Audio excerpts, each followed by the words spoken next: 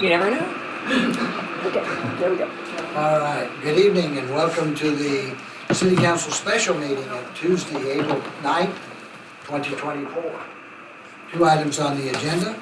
Item number one is discussion regarding the possible sale of property in the 100 block of West Gray Street.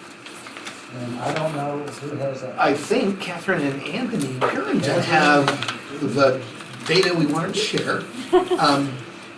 And just for clarity, when it comes to real property, and sometimes we're in executive session and sometimes we're not, when we are potential buyers, we can have those conversations in executive session. And when you are a potential seller, you don't get to have that executive session privilege.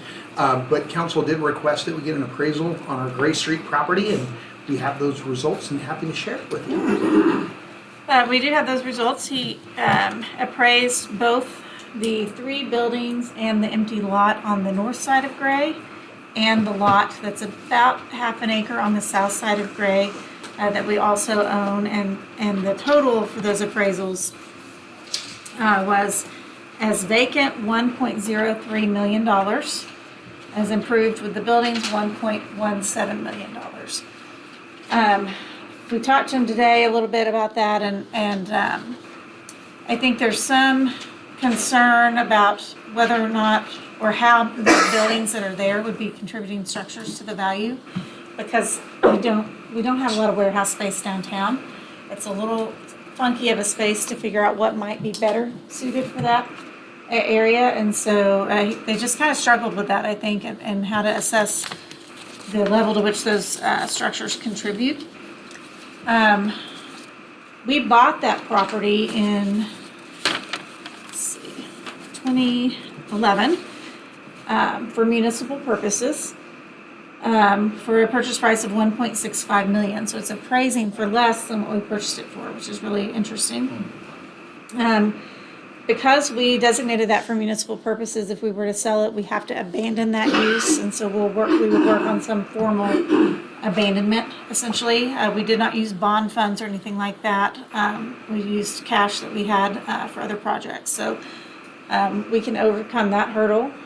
When you're selling property, it's not like when you're constructing something and you have to do bids. But I do know that there are multiple folks out there interested in this property, so I would recommend an RFP. You definitely don't want to just pick somebody, I think. I think we want to have a process.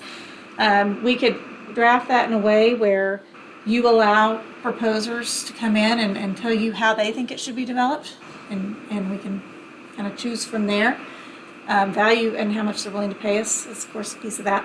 But you could also say, this is what we as a council want this property to develop as, and put an RFP out that asks for developers to submit proposals to make that happen. Would never be obligated to take any of them, so it's a worthwhile project, I think, just to kind of see what you get. And that's something that we would be happy to help with if that's the direction you all want to go in. Since we designated that municipal use early on, are there strings attached with the money that we would get from a sale from this? Not if we abandon the municipal use. Typically, when you have those strings, it's because you used bond funds to pay for it, and there's some requirements in state law that you'd have to put that money back into the sinking fund. Okay. We didn't do that here. We delayed a project, I think, and maybe a couple of projects to kind of pull together the money back in 2011 for this. So we don't have that situation here. So in theory, this would close basically the warming shelter on Gray, but we would have the funding to go and build a secondary or the next permanent location. Yeah, with that money. those funds would go into the general fund for you all's discretionary spending. Okay. Excellent. Thank you. So what was the prices you said for undeveloped? So if there were no buildings, is that what you said? 1.03 vacant and 1.17 improved. That doesn't take into account the cost of asbestos remediation. You have to do that regardless, whether you're tearing it down or remodeling the building. So that's something we would need to consider as well. And that's I might add to the demo, we estimate to be $70,000 to $100,000, so it'd probably be a complete wash if we demo the building. and so that's the couch building, the 3 buildings next to it, the parking lot. Yes. And the vacant lot on the other side of, Correct. and Yeah. then the vacant lot on the south side of Great. Yes. So all of them combined is Mm-hmm. 1.17 1.17 with buildings. with the buildings. Mm-hmm. I'd assume that's what the sale would be because we're probably not going to tear them down. Or I don't know that we're going to pay to tear Yeah, I them mean, down. I think if we're asking for proposals, someone might have some creative idea to make those buildings look better and reuse them. I don't know. Or if they um, bought it, I would just assume that they would right. be the ones that tear them down, not Yeah. us. We would definitely just leave that open, I would think, to the proposers. Were you done? Yeah. Okay. Would we have to shut the warming shelter down before a homeless shelter was actually built? It all depends on the proposals you get. I think, we could certainly negotiate something, but if we are going to use the funds from the sale of the property to build a shelter, then we would have to negotiate some sort of lease where we would be able to stay in the property even after the sale, to remain there while the other shelter is being built.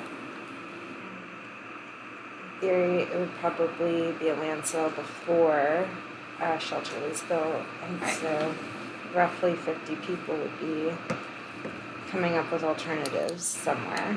Right. Unless we were able to negotiate a lease or something with the seller or Can the purchaser. RFP say something about that? Yeah, we can put anything into the RFP, I think. It wouldn't want to be too restrictive because we may eliminate some really good proposals out there. If they Um, had like a phasing plan? Right. Yeah, if that's something that they can develop and give to us as part of the proposal, that's very helpful for those kind of discussions. Okay, well, that's it for me. When we had purchased the property, what was the original intent for the use of that? So you'll love this. It's almost. It could have been facilities management, which it was, municipal court, central location for development services. So how about that instead of our lovely development center? Expansion of parking, storage. I mean, we looked at a variety of uses and there wasn't any one thing necessarily solidified and identified when we bought the property. Right. My recollection of the discussion was just, this is basically on our campus and we can't just let it go. We need to buy that and maintain it.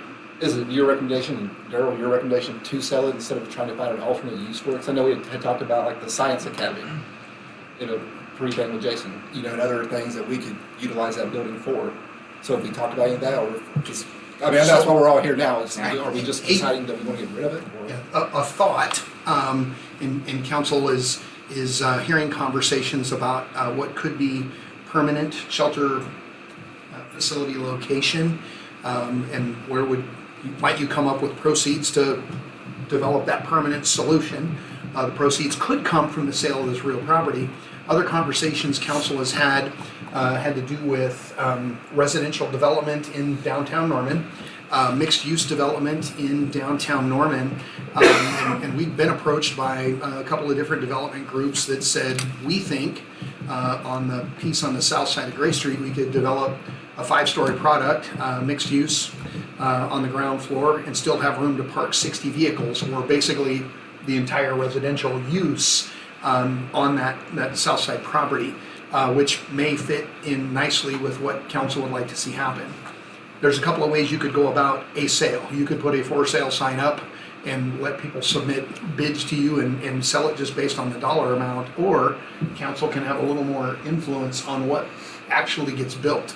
And you could issue a request for proposal to the development community to say, we would like to see these types of projects on these 2 pieces of property, and you bring us your proposal, how you can get as close to what council envisions as possible. Very similar to what Cleveland County just did on their vacant lot, and they asked for developers to develop a hotel and parking structure, and they'll let the answers develop in the marketplace and come to them. But you don't see a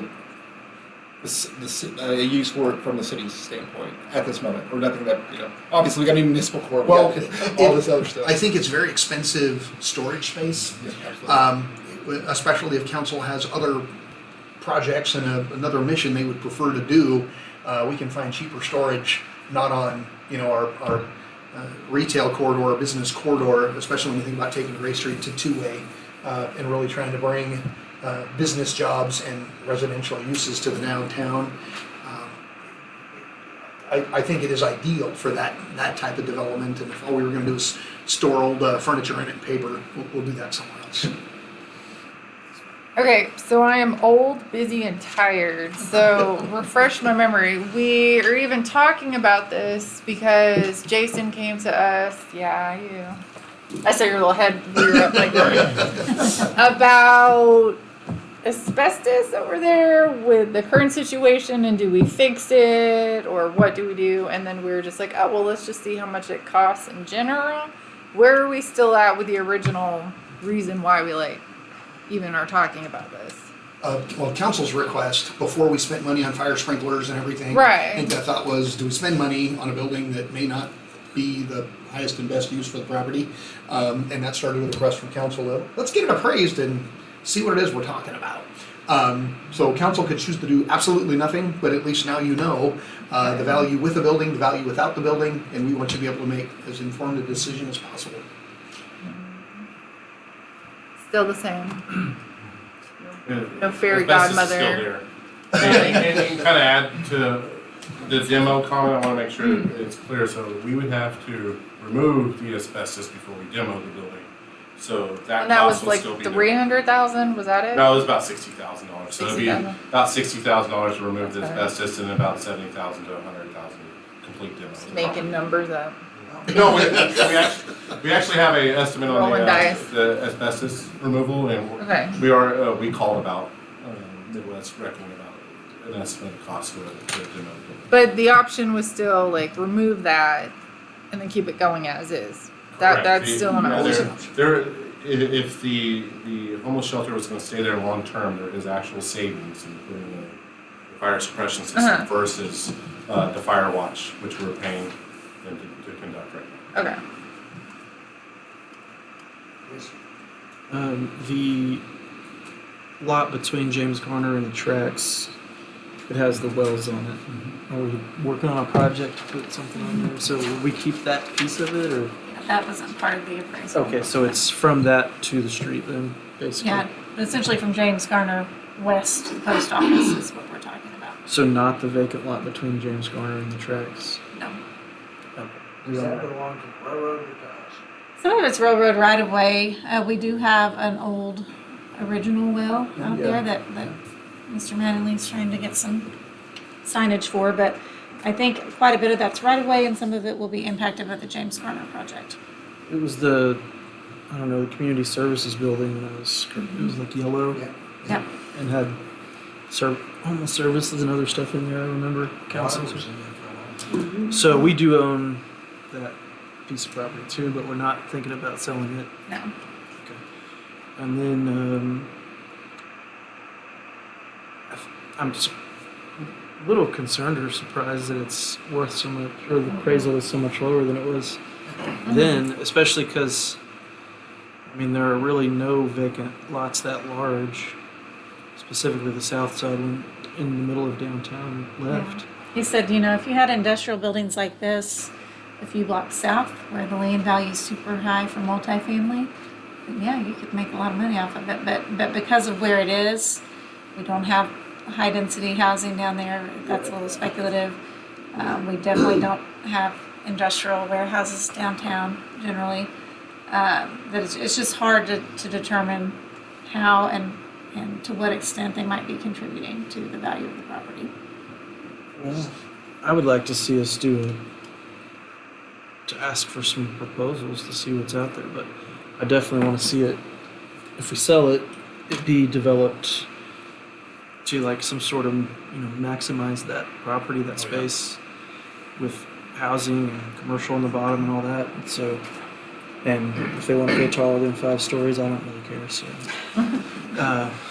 go as far as the market demand will, whatever. So, whatever And it pencils out to. This is in Center City Form-Based Code, urban general, so that's a real opportunity to see some of that development downtown. So I'm on a interested in vacant seeing what's site. out there about it. I agree What with might you come on that, forward. And it's the idea of seeding that block and that set of blocks to start that conversation of, oh, yes, this is what it looks like here. So those who are less visionary are gonna go, I can copy that. Yeah, I don't want to just sell it and then Right. somebody buys it and then they don't do anything for it with it for 5 years and it just sits there. Or they tear it down and it just sits there as an empty lot. Or they do build something, but it Underwhelming. Right now, it's Yeah, not very good. underwhelming. You wanted to say something, I Councilman? was gonna ask, does two-way gray being fully realized have an impact on a appraisal?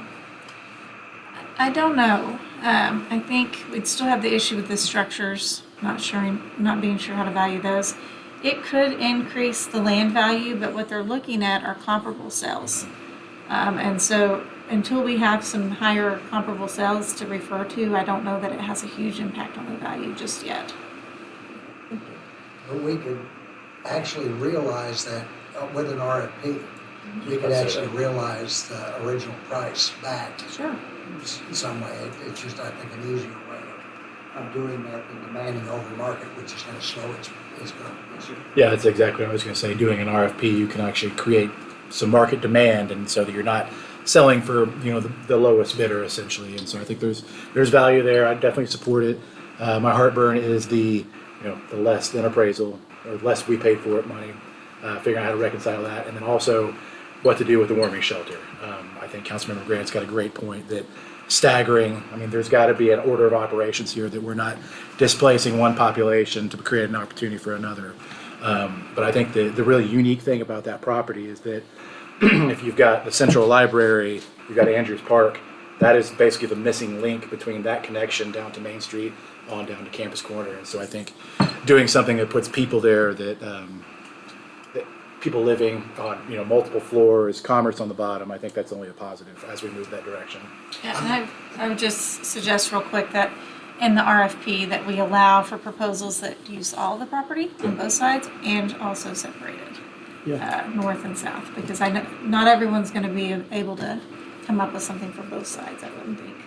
The opportunity to, you stand on our vacant lot and look to the train depot with federal investments in Amtrak and what we believe will be a regional transit authority question to the voters sometime in mid-2025. Absolute walking distance to that train depot and transportation in multiple directions from there. So it may be the first conscious transit-oriented development opportunity we've had. If we need the county. That's right. Yes, ma'am.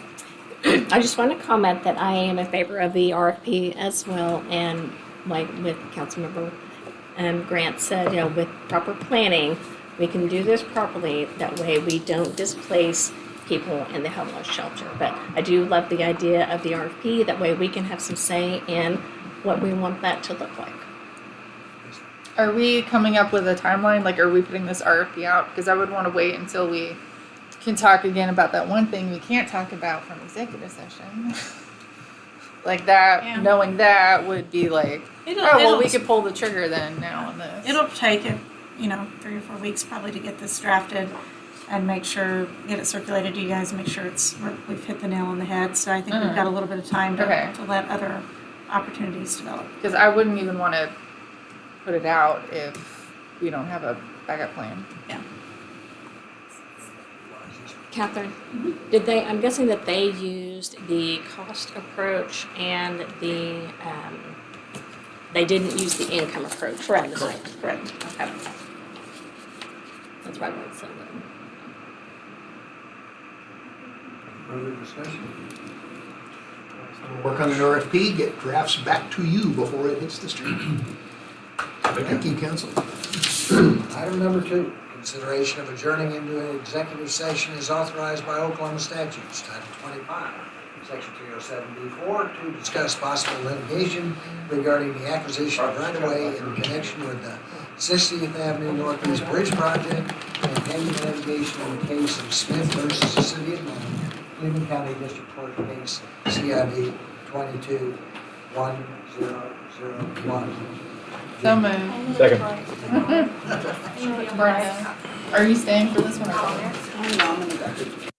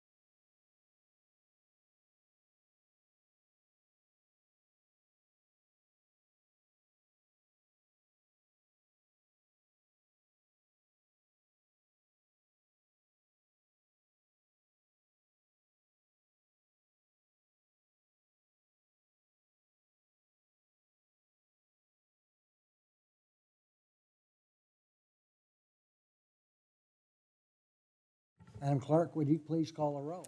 Councilmember Ball, Present. Councilmember Schuler is absent, Councilmember Montoya, Here. Councilmember Grant. Here. Councilmember Nash, Here. Councilmember Foreman, Here. Councilmember Holman, Here. Councilmember Peacock, Here. Mayor Hykela. I am here. Thank you, ma'am. Would you join me in the Pledge of Allegiance, please? I pledge allegiance to the flag of the United States of America and to the republic for which it stands, one nation, under God, indivisible, with liberty and justice for all. Thank you. All right. First item is approval of minutes, approval of the City Council Finance Committee minutes of March 21st, 2024. I need a motion to approve the minutes. So moved. Second. I have a motion and second. The motion on the floor is to approve the minutes. Council members, you may cast your votes.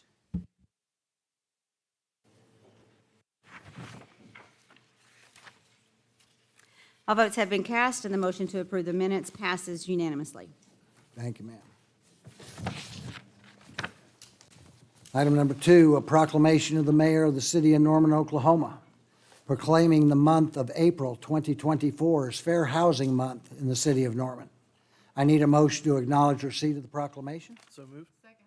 I have a motion and second. The motion on the floor is to acknowledge receipt of the proclamation. Council members, you may cast your votes.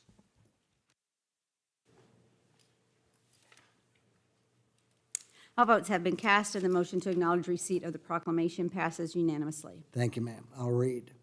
A proclamation of the mayor of the city of Norman, Oklahoma, proclaiming the month of April 2024 as Fair Housing Month in the city of Norman, Oklahoma. Whereas fair housing is the law in the state of Oklahoma and is consistent with the principle of equality and justice for all. And whereas the freedom to choose a dwelling has been one held precious in America throughout the centuries. And whereas the equal housing opportunity is a right guaranteed to all Americans under Title VIII of the 1968 Civil Rights Act. And whereas April 2024 marks the 56th anniversary of the Federal Fair Housing Law, also known as Title VIII of the Civil Rights Act. That's not 8. Yes, it is 8. Civil Rights Act of 1968, sorry. Whereas the month of April symbolizes a significant milestone for all Americans to rededicate themselves to this country and the state of Oklahoma's underlying premise that all citizens be guaranteed freedom of choice, that the state publicly reaffirms its public policy to eliminate all vestiges of housing discrimination wherever they exist, and whereas Oklahoma's housing industry and governmental entities are united in the common goal of providing safe and sanitary housing for all without regard to race, color, religion, sex, national origin, age, or handicap, or familial status. Now therefore I, Mayor of the City of Norman, Oklahoma, do hereby proclaim the month of April 2024 is Fair Housing Month. Is Mary Doolan, if I'm pronouncing it correctly? Ma'am, would you come up, please?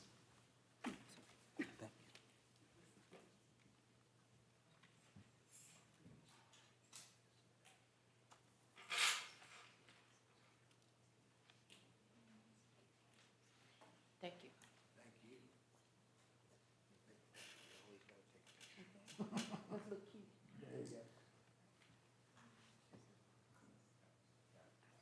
Would you like to address them? Yes.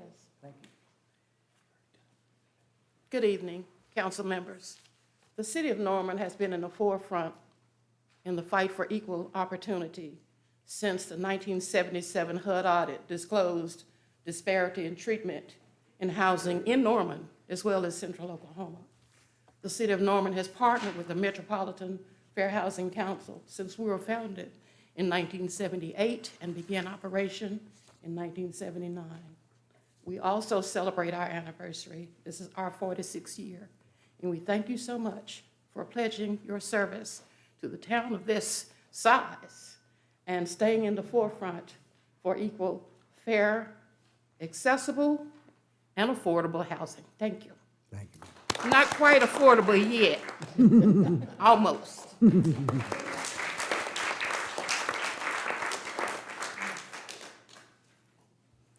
Item number 3, a proclamation of the mayor of the city of Norman, Oklahoma, proclaiming the week of April 8th through 12th, 2024, as National Community Development Week in the city of Norman. I need a motion to acknowledge the receipt of the proclamation. So move. Second. I have a motion second. The motion on the floor is to acknowledge receipt of the proclamation. Council members, you may cast your vote.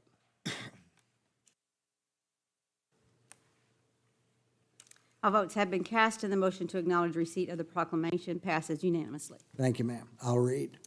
A proclamation of the mayor of the city of Norman, Oklahoma, proclaiming the week of April 8th through 12th, 2024, is National Community Development Week in the city of Norman.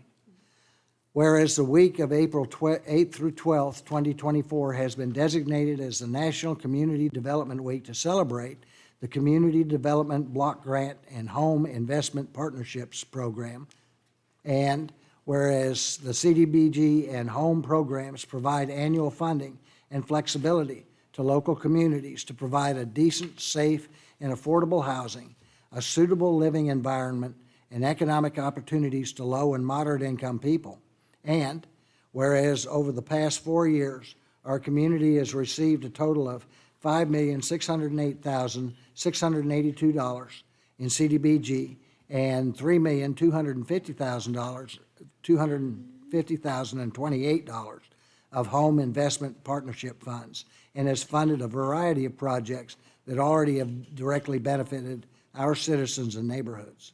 And whereas the CDBG and home programs are a versatile funding source that helps us revitalize our neighborhoods and improve our citizens' lives, locally every dollar of these funding sources leverages $4 in additional private investment.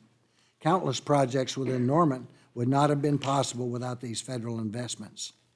Now therefore be it resolved that the city of Norman designates the week of April 8th through 12th, 2024 as National Community Development Week in support of these valuable programs that has made tremendous contributions to the viability of the housing stock, infrastructure, public services, and the economic well-being of our community.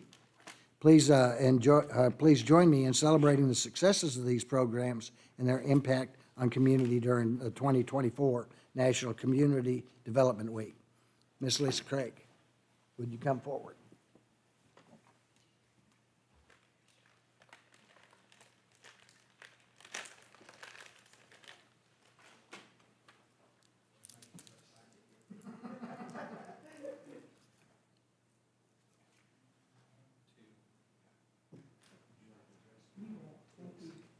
That scares you when I say that, doesn't it? Mayor and council, Lisa Craig. It's myself that you usually see at these meetings bringing forth opportunities for funding, but really behind me is a whole bunch of people. The CDBG program is founded on citizen participation, and so for the 50 years we have done this, there have been hundreds, if not thousands, of citizens that have worked with us on these projects that willingly give their time several nights throughout the year to sit down and discuss the policies of these programs, to tweak what we're doing. And so not only is it the countless citizens that have helped, but an amazing staff that we have. We have Tara Reynolds, James Heath, and Jan Jansing. Jan has been with the city for over 25 years. James, he left and came back. He learned his lesson, so he's been with us about 20 years. And then Tara's been here 5. I've been here way too long, 40. But to me, that shows the importance of this program and how we all really believe in it and the impact that it has on Norman. That, you know, if you think 50 years since the program has been around, we have received right at $42 million of just CDBG money. And countless studies have shown there's a 4-to-1 leverage because we hire local contractors to do this job, as well as impacting the lives of the citizens that we're doing this for. So over these 50 years, Norman has received an economic impact of about $168 million for this program. That's a lot of money. So I want to thank all y'all for the opportunity for doing this. Thank the staff and the citizens that have participated over these years. Thank you, ma'am.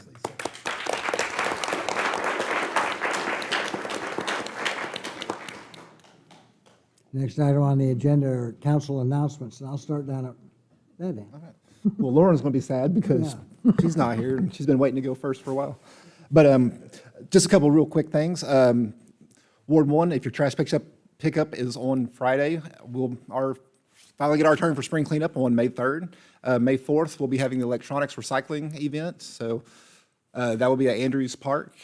So if you have anything with a cord that you don't need anymore, bring it on down.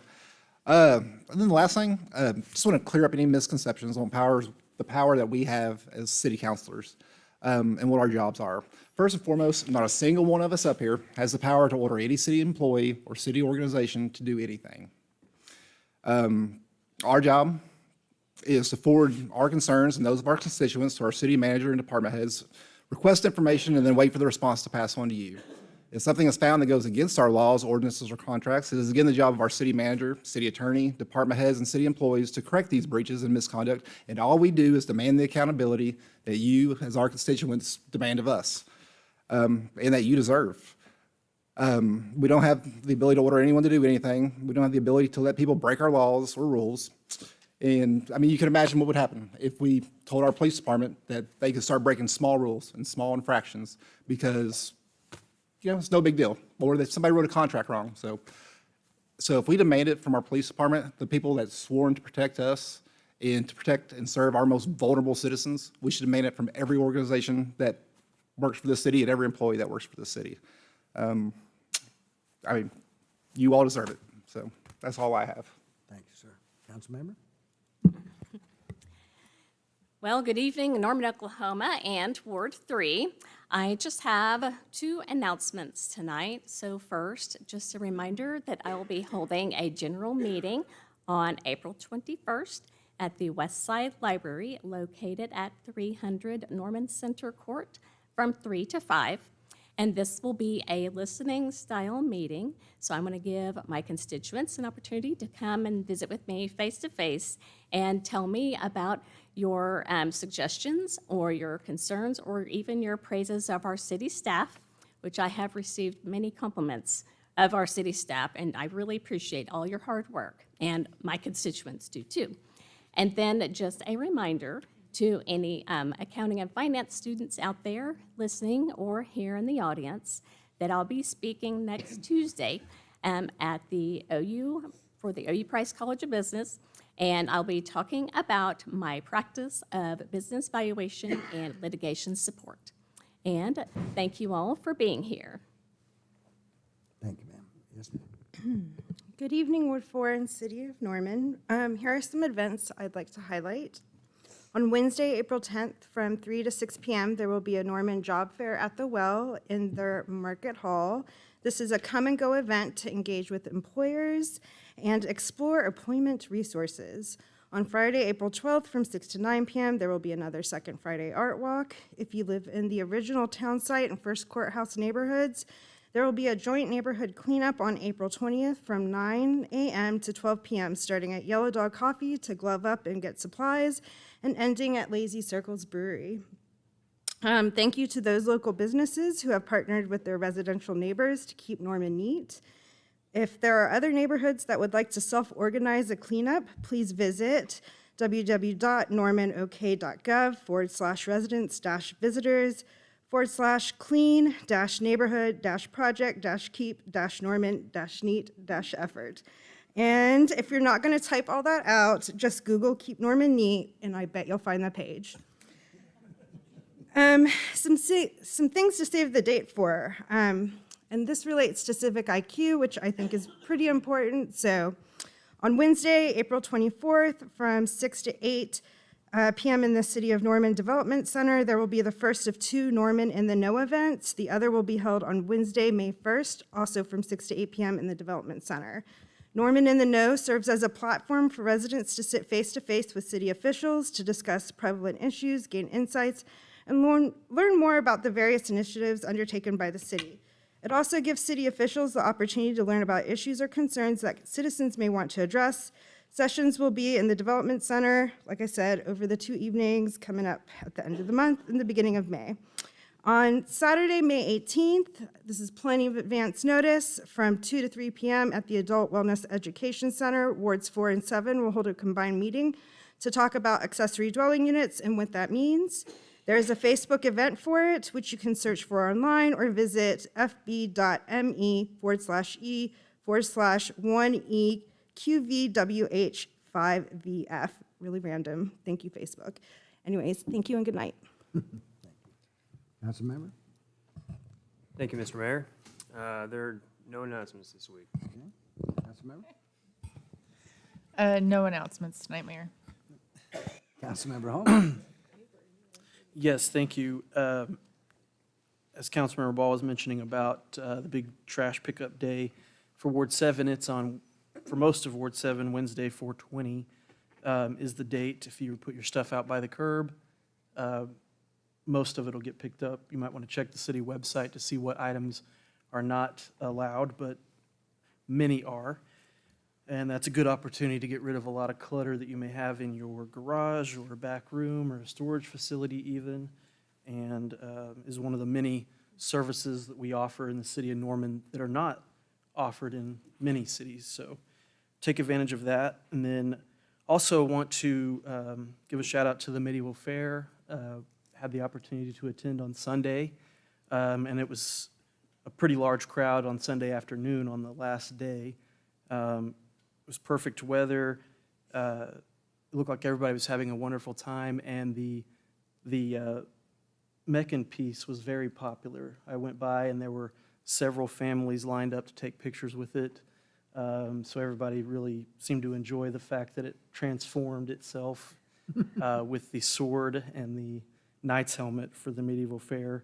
So it continues to be a wonderful event in Norman, our single largest event in the city of Norman, I think, for a number of people that it draws in one weekend. And it's great for the park, and it's just always a really fun time to see all the different people and the different tables and booths. And a bonus for me living next door to it, I don't have to worry about parking or anything. I just walk across the field there. So, and looking forward to the continued improvements that we're making at Reeves Park. The city staff has been working with the Medieval Fair folks for years on that, making sure that the updates that we're making to the park accommodate the needs that they have to continue to thrive in that location. So I know many folks like myself wish it was still at the duck pond like it was back then, but I think we've done a lot of work at Reeves Park to make it amenable, and it's able to handle a lot more people in it than the duck pond was able to. So also want to mention the art walk this Friday in downtown. Last month it was cold and rainy, so hopefully this month it will be much nicer.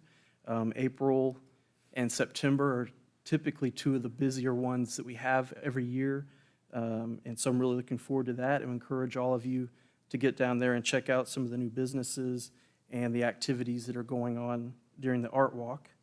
And then also going to mention that on 4/21, Sunday, the 21st, from noon to 5 at Reeves Park, we have Earth Day Festival, which is a free, open to all ages, family friendly, pet friendly. There'll be live music. There'll be several vendors set up, food, and we'll be there emceeing that. I know Councilmember Grant and I will be there. I think others may be there as well. So, but it's from noon to 5, and definitely stop by Reeves Park on Sunday, April 21st. Check that out.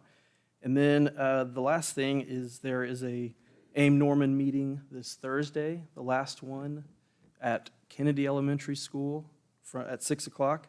So if you're interested in sharing any further, or not necessarily the last, but one of the last public meeting opportunities to share input about that master plan update for the city of Norman, that'll be an opportunity. Again, that's at Kennedy Elementary on 6 on Thursday. That's all I have. Thank you. Thank you, sir. Yes, sir. Thank you. So I just want to send a heartfelt thank you to the voters of Ward 2 for placing your trust and support in me as your next council member. If there's one message that I've heard consistently now in different races and different wards, it is that the residents of Norman are tired of the infighting and are clamoring for leaders that want to bring us together, not drive us further apart. So it is in that spirit that I look forward to collaborating with the residents of Ward 2, even those that disagree with me, to find common ground on the issues facing our city. I know that there are some big shoes to fill over there on that side of the dais, and I hope to make CM Schuler proud. But to the residents of Ward 8, I still have the great fortune of representing you for the next few months, and I'll have plenty to say more about that as we approach July. But if there are any issues that need a handoff to Mr. Dixon in July, please don't hesitate to reach out to me so that we can roadmap the best way to ensure that transition. Thank you again, Norman. Thank you. April is Child Abuse and Neglect Prevention Month. Last year in Cleveland County, 812 children were abused or neglected from age 1 month to 17 years old. It's one of those things that last year, I think I reported to you, there were 600 and some odd that were abused or neglected. It's a thing that we need to take care of if we can. If you would like to participate in something like that, the Exchange Club, I've got an address up here if you want to, but the Exchange Club of Norman always needs help, always needs donations and everything. And as you're going down Main Street, and you go just past the railroad tracks, and you see that Christmas tree looking thing, it's got 812 blue lights, one for every child, and that'll burn every evening this month. That's all I have. All right, next item on the agenda is the consent docket. This item is placed on the agenda so the City Council, by unanimous consent, can designate those routine agenda items that they wish to be approved or acknowledged by one motion.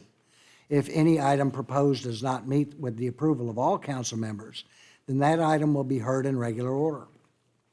Staff recommends that item 4 through item 20 be placed on the consent docket. I need a motion to place items 4 through 20 on the consent docket. So moved. Second. I have a motion and second.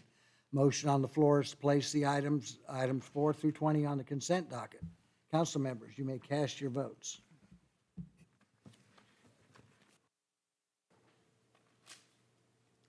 All votes have been cast, and the motion to place items 4 through 20 on the consent docket passes unanimously. Thank you, ma'am.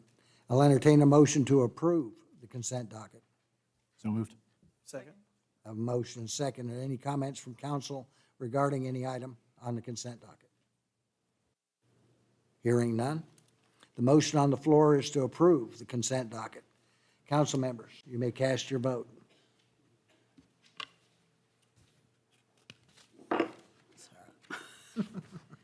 All votes have been cast, and the motion to approve the consent docket passes unanimously. Thank you, ma'am. Item number 21, a public hearing for consideration of the amendment number 2 to the FYE 20 Community Development Block Grant Action Plan. I'll need a motion to open the public hearing. Is there a second? Second. Okay, thank you. Motion on the floor is to open the public hearing. Council members, you may cast your vote.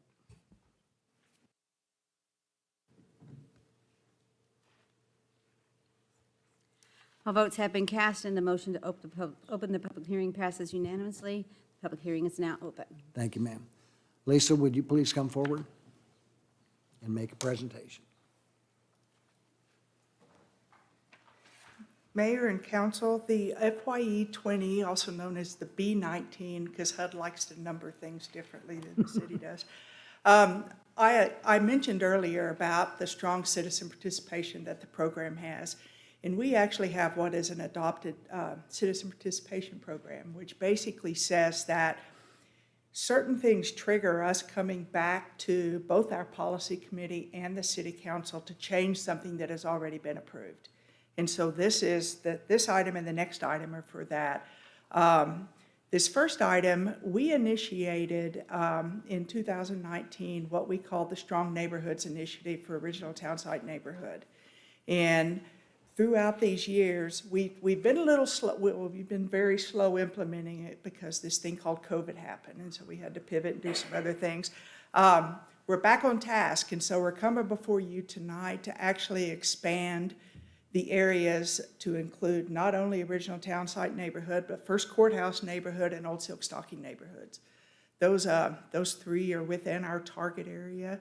And we have some pretty exciting things we have planned for those neighborhoods. And this is just allowing an expansion of those funds that were programmed in 2019 for those two additional neighborhoods. Do you guys have any questions on that. If you were gonna, if people didn't know where the neighborhoods were, could you describe that by streets? Sure.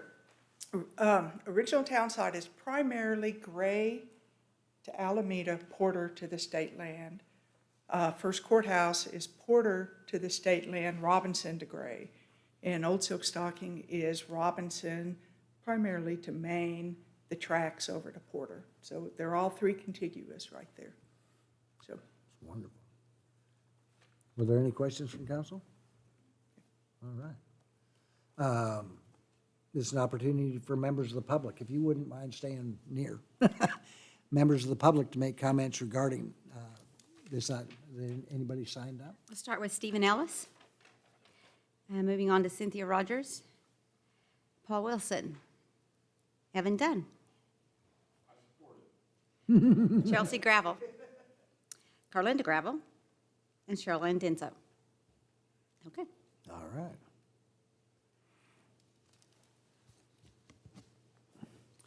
I'll entertain a motion to close the pub. Second. I have a motion and second. Thank you. I'm not fast enough. Motion on the floor is to close the public hearing. Council members, you may cast your vote.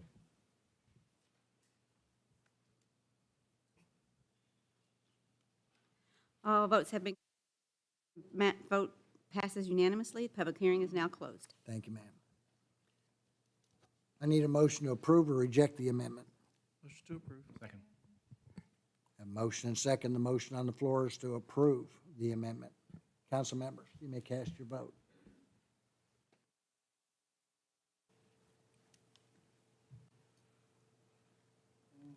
All votes have been approved. The amendment passes unanimously. Thank you, ma'am. The companion item, item number 22, a public hearing regarding the amendment 1 to the contract with Bethesda, along with substantial amendment 2 to the FYE 18 Community Development Block Grant Action Plan. I need a motion to open the public hearing. Motion to open the hearing. I have a motion and second. The motion on the floor is to open the public hearing. Council members, you may cast your vote.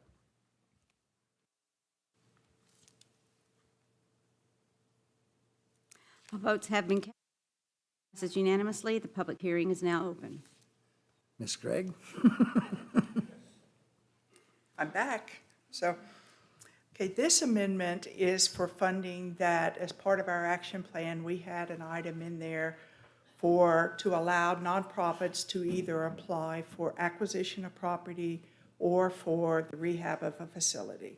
And through this process, we awarded $25,000 in 2019 to Bethesda. They were successful in their proposal. At that same time, we funded multiple other nonprofits. At the time, they had an ongoing capital campaign to acquire land and then build a new facility, but then once again, that COVID thing happened and kind of derailed some stuff. We've remained in contact with them throughout these years as they have tried to get the capital campaign going again. They had several sites that fell through for one reason or another. In speaking with the board and the director here recently, they have requested a change of the use of those funds from acquisition of property to purchase of equipment. And so we're not changing the amount of money or anything, just simply the use. And subsequent to that, we are changing their contract that they have with the city to reflect that change also. Well, $25,000 is a substantial amount of money. It really is not triggering enough to go back out to the agencies to do another request for proposals and just maintain our commitment to Bethesda with these funds. So, any questions? Seeing none. If you stay close, please. This is an opportunity for members of the public to make comment regarding this item. Madam Clerk. does anybody Stephen sign up? Ellis?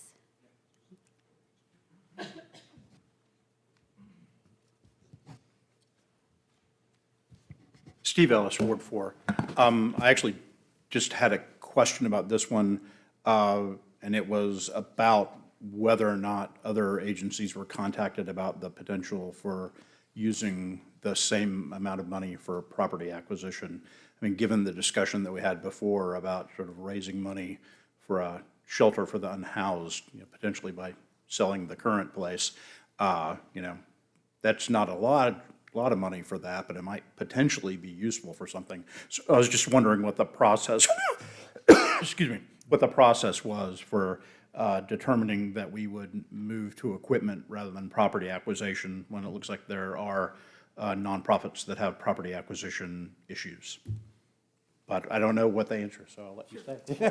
Lisa can answer.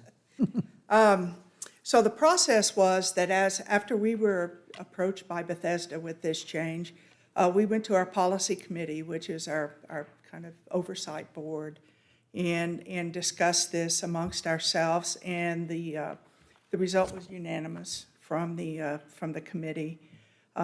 Discussed this with our HUD representative to make sure that we were, connecting all the dots and drawing all the lines. They felt that it was a great change, that they agreed that going back out with an RFP for this amount, when we went out with this before, we had $150,000, and it was $25,000 each opportunity. And so there were 6 agencies that were funding through the original application back in 2019. And so we just, worked through the numbers and made the recommendation to keep the funding with Bethesda. So. Thank you, ma'am. Cynthia Rogers?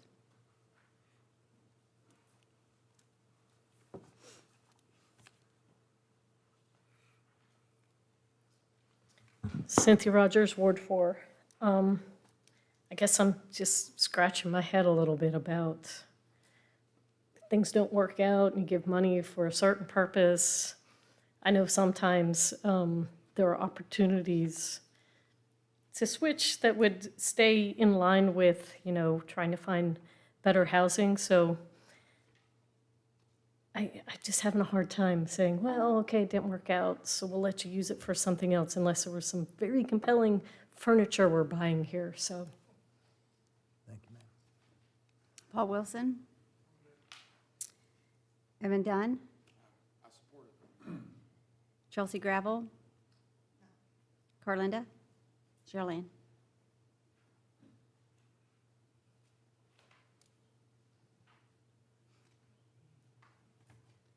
Cheryl Ann Denso, Wards 4 and 6. I just had a question for Lisa, and that was, what were the other 6 agencies that got the original funding?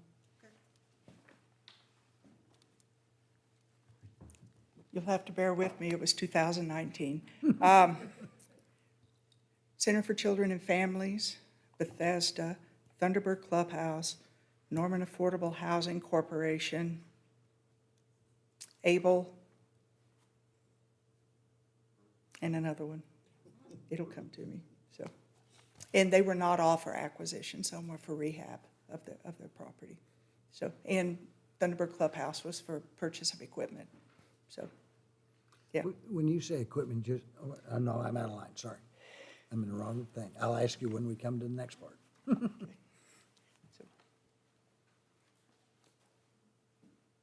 That being said, I'd like to say I do support this. Thank you.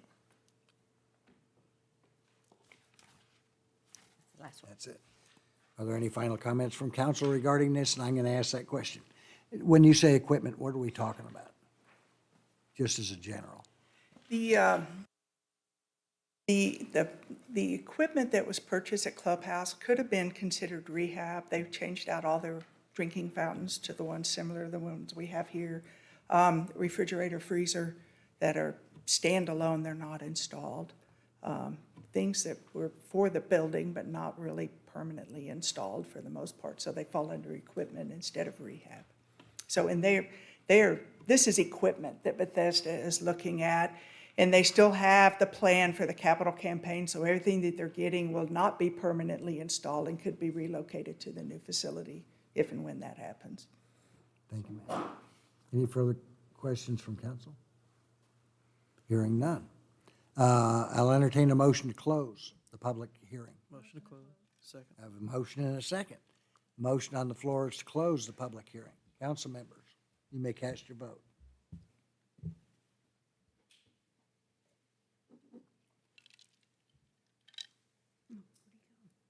Didn't realize you weren't there. All votes have been cast, and the motion to close the public hearing passes unanimously with Councilmember Ball outside of the chambers.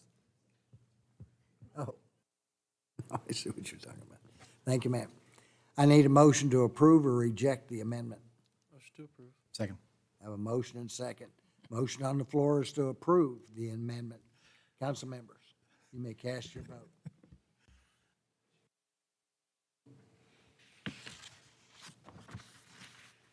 All votes have been, the amendment, the motion passes unanimously with Councilmember Ball being outside the chambers. Thank you, ma'am. Item number 23, thank you, Ms. Great. Item number 23, an ordinance closing a portion of the Daws Street right-of-way. I'll entertain a motion to adopt or reject the ordinance on second reading, section by section. Motion to adopt. I have a motion and second. Recognize Beth Muckala. Where are you? Here you are. To make a presentation.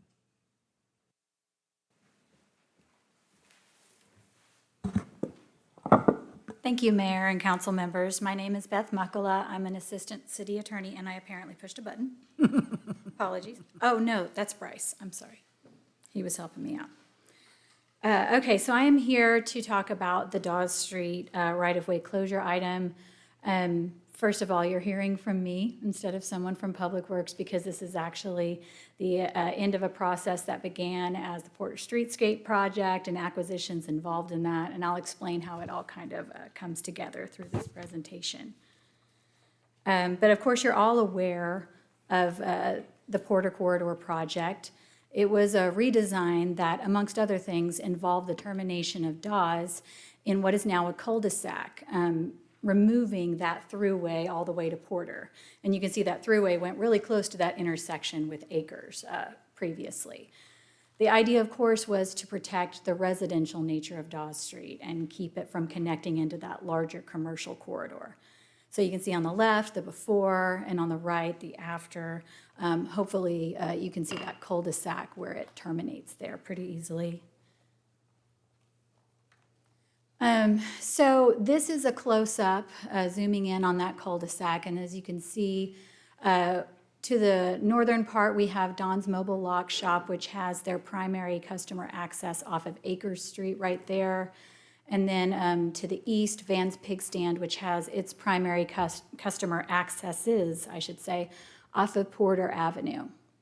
Now, the Daws cul-de-sac was always planned. I mean, normally when you see a closure item of a development project of some sort, but we're actually here at the end of the design of the Porter Corridor project. And so what we have is this Daws cul-de-sac, which terminates into private rear accesses into these properties now.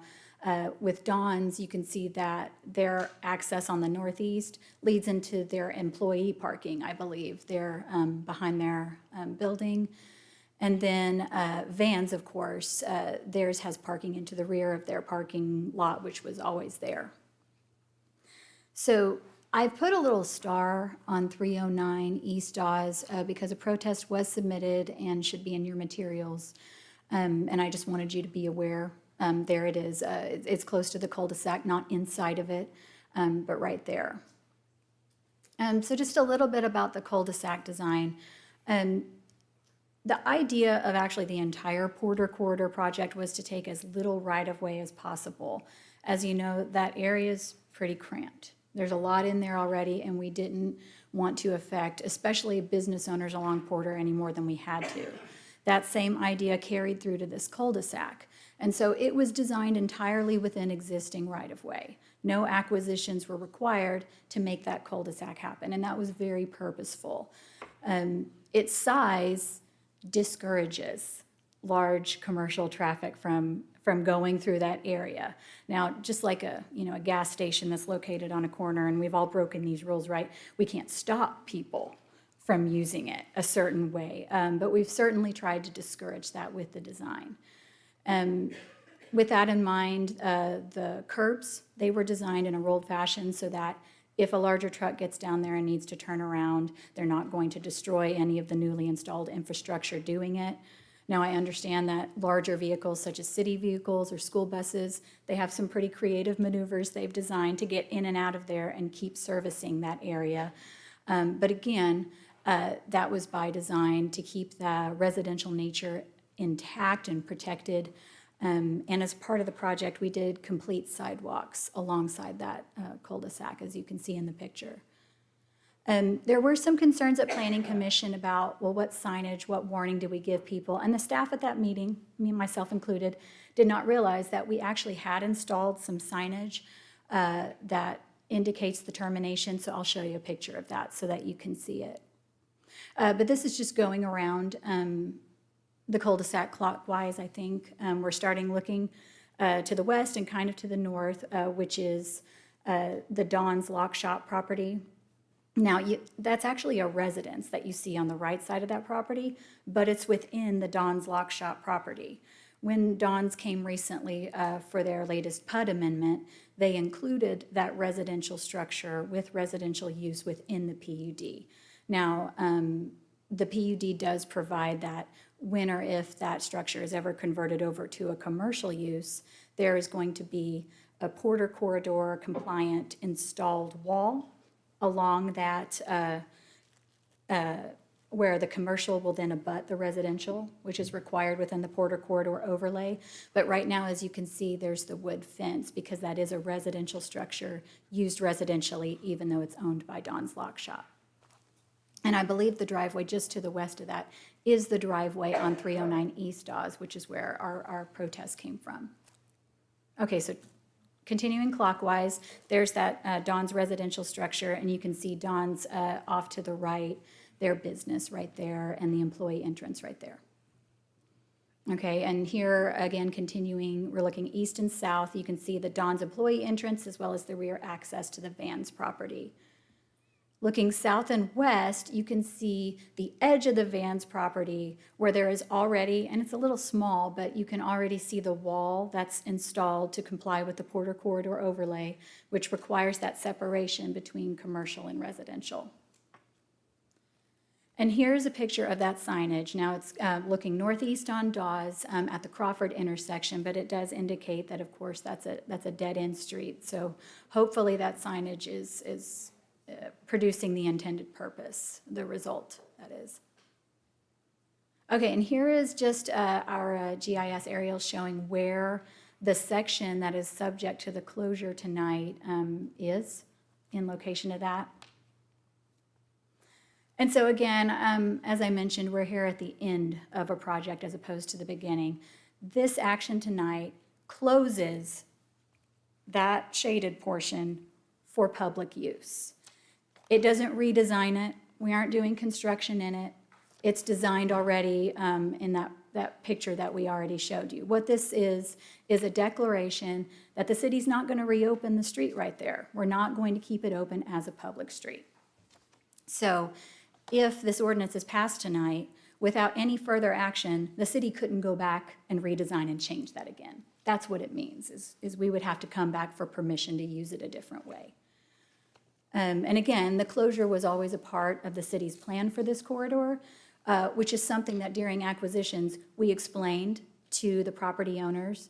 And so when the city said, it's our intention to close this, we had a property owner that said, well, I like that idea. When we do it, can we bring it together? Which is why tonight you'll see us as a co-applicant with the two adjacent property owners on either side. That would be Dawn's Lock Shop, which is actually the Lindsay Trust, and then Vans, which is called Jerry's LLC. Those are those entities. And some of you may remember that we had an acquisition of a business located on Porter. It was an entire acquisition of Posh Pets that was accomplished amicably. We still own that property, so actually a little bit of this closure abuts city property. And I was getting into the next part of this. Whenever closures occur, the next step that can happen is a vacation of that right-of-way, which means it won't be city right-of-way any longer. What that involves would be the private parties going to district court and asking the district court to vacate that platted public right-of-way, which is the procedure for any situation like that. So if and when that happens, actually, a vacated portion would revert back to the city as well. If or when a vacation action happens, the city would not be a party to that, but what we would do is protect any utilities that we have in the area. And actually, because this was a part of an anticipated agreement with property owners, we've already developed the legal description for those easements, including water line, a sidewalk, and some other items. I think a drainage easement is in there as well. So again, we had one party that was automatically going to be a part of this action because of our acquisition from them, and that was Vans. Dawn's opted to join voluntarily in the action, and so you have the 3 co-applicants. And I'm available to answer any questions you might have. It's kind of an interesting deal. Question, yes, sir. And Porter that we currently own. Yeah, that little space, is it developable at all? If they wanted to add on to Don's or build a new building or whatever, would they be able to do it into that space? I might ask for someone from Public Works to correct me if I'm wrong, but I believe that directly adjacent to Dawn's is where we had to locate a water line. During the actual construction of Porter Corridor and all of this area, a water line was found in a place we didn't expect to find it. And so whenever we redesigned everything into place, I believe there is a water line that would keep a building from going over that, but not use as parking or anything else that could supplement the use of that building. So a building could, is that what you're saying? I believe it could not because there is a water line. Okay. I'm not the Public Works Director. And we don't have any plans to do anything with it, just leave it as a grassy lot? Presently, no. There's no plans that the city has in place. Now, if anyone were to approach us with any type of plan for the disposal of that property, we would want to go through the proper channels of offering it publicly and doing it the right way. But even doing that, they would be purchasing property where they couldn't put a building. So if it's usable as parking, there might be another mechanism we'd look at, but we'd certainly try to entertain any suggestions. Okay, thank you. Who maintains the closed area? If we closed out an area of the street and we vacated our right to be there, who maintains it? Oh, so that's an interesting question. Actually, because the closure was anticipated at the time of the agreement on the acquisition with Vans, you'll notice there's some parking in there. Part of that agreement took care of that parking that they're using while it's not their property actually in fee. So all the typical indemnities and protections for us are actually already in place, just as we would be doing with a revocable right-of-way agreement. Yeah, Yeah, definitely. that makes sense, thank you. Anything else from council? No? This is an opportunity for members of the public to speak on this item. Stephen Ellis?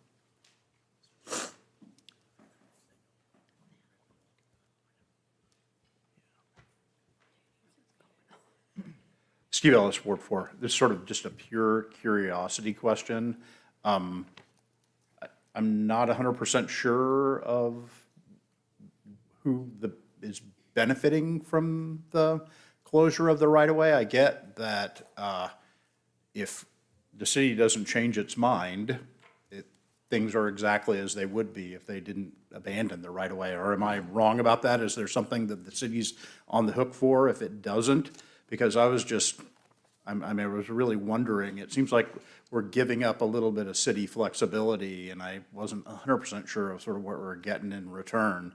So that's the question. What exactly is it that's different about tomorrow if we vote yes on this versus vote no on this? Thanks. Thank you, sir. Would you please answer that, Beth? Yes, so one thing we're very clear of when we are coming to amicable agreements on acquisitions is the city can't guarantee a vote. There's no guarantee of how you vote tonight, so I want to make that clear. However, It is true that the closure of this was always part of the city's plan. Ever since, I think in 2011, the Porter Corridor design was approved by, a previous council. So as far as a benefit, first to the adjacent property owners, of course, which the city of Norman is one of them.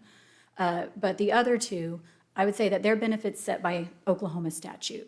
Automatically upon a vacation, if that's what happens, and again, we're not a part of that here. But ultimately, if they sought to vacate and were granted it, it would be state statute that says it reverts 50-50 at the center line to either adjacent property owner, and that's automatic, which is why the city would receive part of that because we're in there a little bit. A benefit to the city at that point would be, as the mayor has pointed out, permanent, irrevocable duty to maintain would be off of the city at that point. It would be their property, their responsibility in every single way to maintain, and we would be out of the picture. Thank you, ma'am. Cindy Rogers? Oh, actually, you didn't sign up for this one, I'm sorry. Paul Wilson? Evan Dunn? I'm convinced. Brenda Kibble? I didn't see Brenda. Oh, there she is.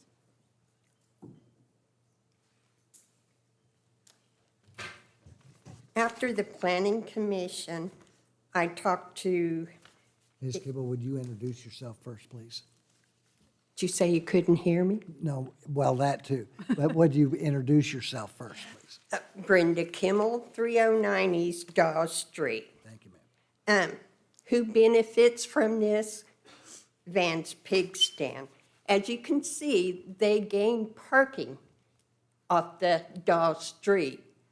Don's Lock Shop gained green space. Now, I live not too far from there down the road, and I've watched Don's Lock Shop customers pull into the front of their drive and have difficult backing out of there on account of they got green space. After the planning commission, I was under the impression that cutting off Acre Street, going through Don's Lock Shop, parking over Daws Street and into Van's Pig Stand is what it was supposed to be. Don's Lock Shop put up their own sign, not an exit. I would like the city to put up one way coming off Acres and one way going into Van's Pig Stand. Van's Pig Stand has one way on their drive right now. One way going towards the drive-through, and then right next to it is another arrow saying one way. There's two one-way signs I would like to see put up. Now, early in the morning, Van's Pig Stand receives semi-trucks for their supplies. They come up Daws Street. I would like to see a Van's Pig Stand entrance for delivery on the alley at Crawford, on the alley. Okay, I called Dave Rieslin, I believe is his last name, transportation engineer, and I talked to him about these one-way signs and maybe on the other side having not an entrance in case the people didn't see the one-way. And he said it's a gray area. He would have to find out if it's okay before doing anything. He took my number. He was going to call me back. A week later, I called him back and asked him how long he thought this might take. I did not receive a reply. The other day, I asked him about street lighting. Cul-de-sacs have street lights. And I talked to the guy on the sidewalks, and he said the sidewalks are the individual responsibility. I still have no reply on the street. Thank you, ma'am. Scott, do you want to comment on the METCD and how that applies to those kinds of signs? Thank you, Mayor. Scott Sturts, Interim Director of Public Works. We have been working on this area. We've been working with Dawn's Mobile Locks. And we have committed that we're willing to, we can make the signs for them. We typically don't make signs for private property, and we definitely don't install them on private property. But we are willing to make the signs that they could install on their property that would be more compliant with what you'd see with typical signage to help people understand the flow through the area. They did bring the site plan that they have forward to us, so this is Dawn's choice to build and have the site laid out like this. We did work with Vans and Dawn's at great length during the construction process, during the design process, to make sure that we came up with a design that was going to be applicable to both. And actually, Vans in the overall was a very close to they lost a lot of parking spaces by building the cul-de-sac. We kind of gave those spaces back. And if you remember, Vans had basically city parking across the front, on the street parking. You could pull in there on the front. Part of it was in combination, a lot of it was on their property. They lost those parking spaces. So what we did is we coordinated this design with them to be able to give them back parking so they could continue to operate in the way that they operate today. So that's the reason for some of the design work that we did on that. As far as the streetlights go, streetlights are kind of an odd area right now because a lot of times they're put up and installed by OG&E. Those rules are slowly starting to change where sometimes they want us to own the pole, but they'll own the luminaires, and sometimes they want to. So we are in coordination with OG&E on something we can do about getting a street light put up at the end of this cul-de-sac as requested. Ms. Kimmel made a comment about tractor trailers coming down Daws Street and being able to put food in or do deliveries for vans. Looking at that as a past driver, that makes sense to me to do so that your doors are in the right way. So and then you have to be able to get out. If I came in on Crawford Street, I wouldn't have a way but to go down Daws to get back out. So it's either go this way on Daws or that way on Daws. And is there a better solution to that? Am I just not seeing what I need to see? We can certainly look at that, but we've found that it really doesn't matter what we try to do. A delivery driver is going to do what they decide is best anyways. So we can make all the suggestions we want, but that's not something we'd never necessarily have that would be an enforceable action on our part. We can obviously have discussions with vans about trying to find ways to help their drivers that are delivering, obviously probably from Cisco or another larger distributor. We can work with them to find ways to maybe try to accommodate the neighborhood in a better way. I appreciate that. Thank you, ma'am. Thank you, sir. Chelsea Gravel?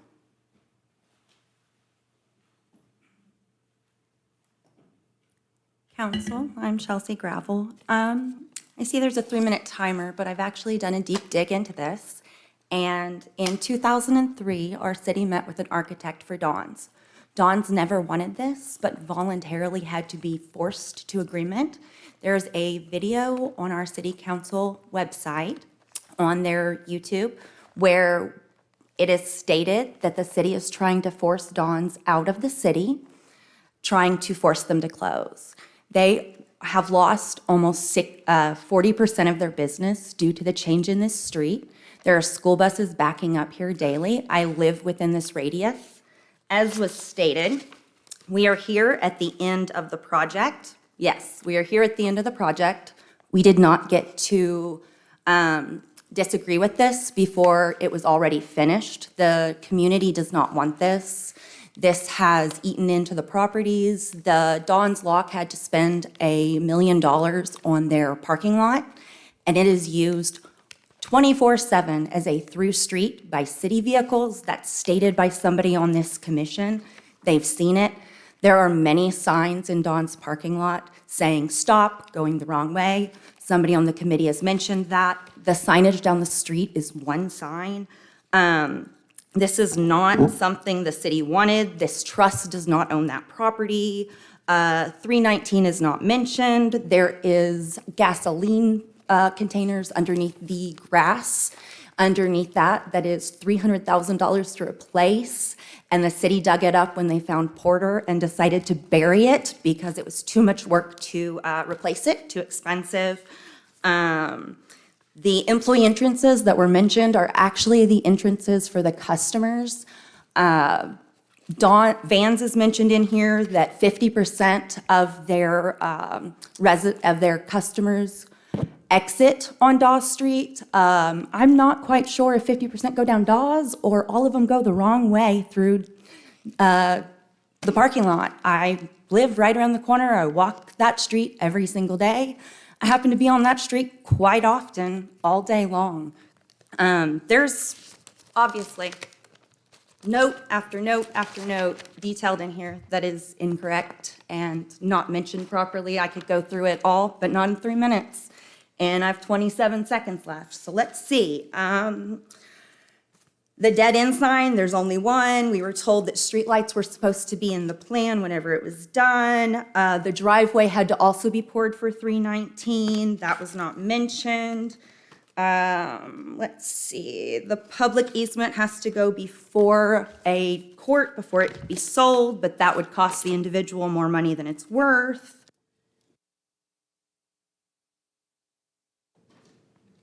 Carlinda?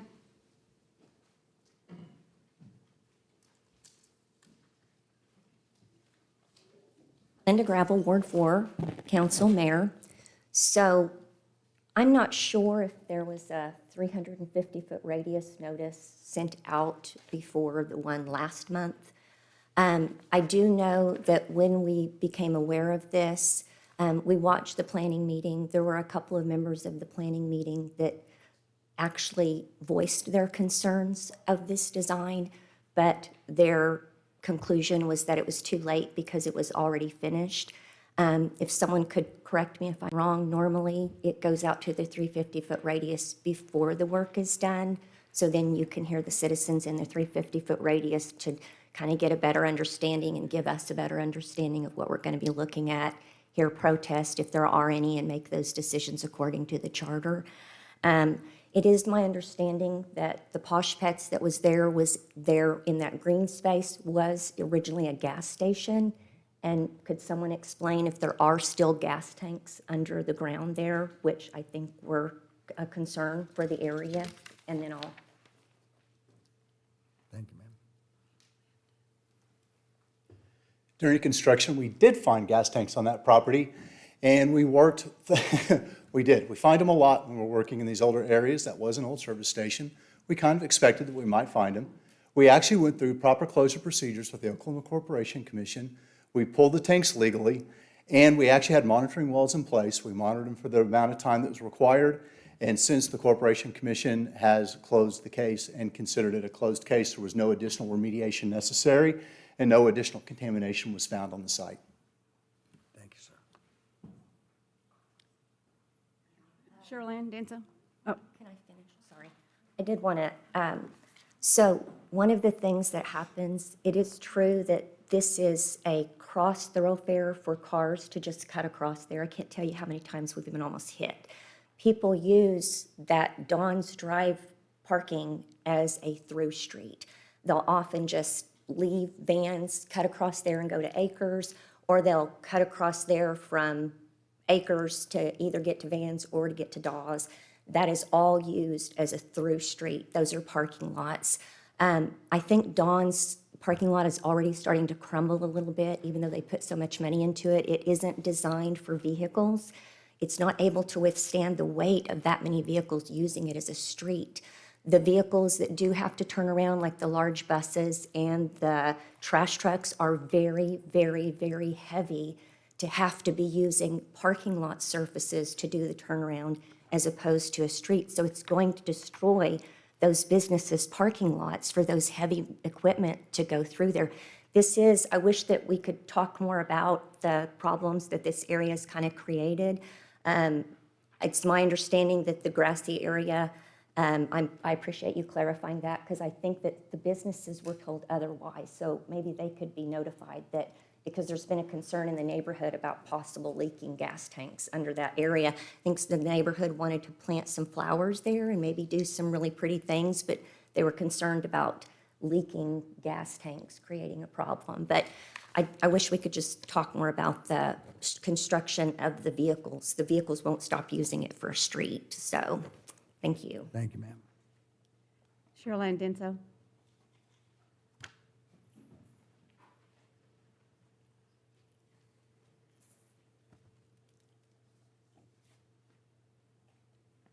Charlene Denso, Wards 4 and 6. My concerns are that a lot of times the citizenry is left out of some of the initial stages of planning. And personally, I think there's got to be a better balance in this town. I think people need to be more aware. I think they need to have notices within that 350 feet, and maybe even larger than that, because this does impact the greater downtown area when you make a major change to a major thoroughfare or a neighborhood like this.